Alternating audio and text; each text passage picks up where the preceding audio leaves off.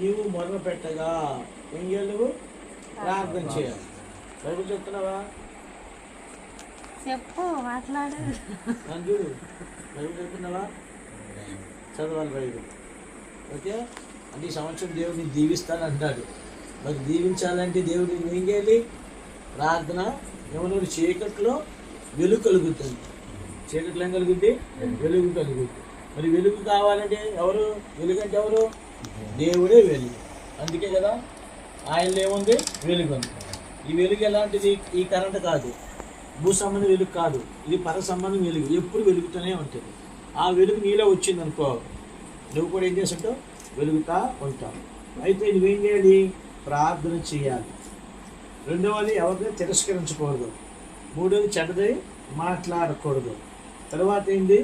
ఆకలి ఉన్న వాళ్ళు ఎవరైనా వచ్చారనుకో, వెళ్ళిపో పో అనుకోండి. వీళ్ళు కొంచెం ఏం చేయాలి? అంతా ఇవ్వాలి. శ్రమపరిచే ఎవరు శ్రమలో ఉన్నాడుకో వాళ్ళు ఆదరించాలి. అలాగే చేస్తే చీకట్లో ఏం కలుగుద్ది? నీకు వెలుగు కలుగు. అది మీరు వాడతారు. సరే, కొంచెం తర్వాత వద్దాం కదా. 29 వచ్చింది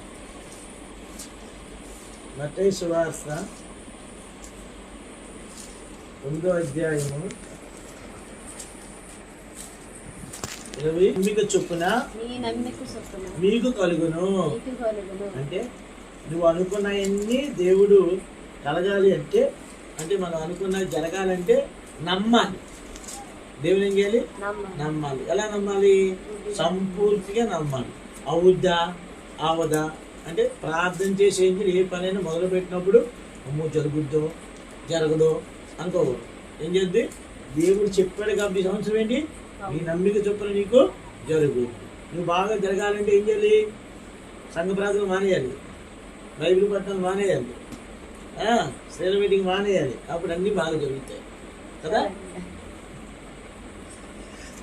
అమ్మా ఏం చేయాలి? దేవుడు ఏమనంటే ఈ సంవత్సరం, సరమ్మా నీకు నేను అన్నీ చేస్తాను, అయితే నువ్వు నీ జ్వరం తగ్గుద్ది. వేసుకుంటా తగ్గుద్దా? అది కూడా తగ్గుద్దని వేసుకుంటామా లేకపోతే తగ్గదని వేసుకుంటామా? అలాగే దేవుడు కూడా మన ప్రార్థనలకు జవాబిస్తాడని మనం నమ్మితే అన్నీ జరుగుతాయి. ఇది నీ వాగ్దానం. 8వ అధ్యాయం 2వ వచనం, 128:2.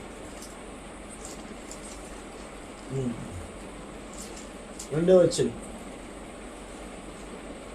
నిశ్చయముగా నీవు నీ చేతుల కష్టాగీతం అనుభవించదు. మీ చెల్లికి చెప్పు.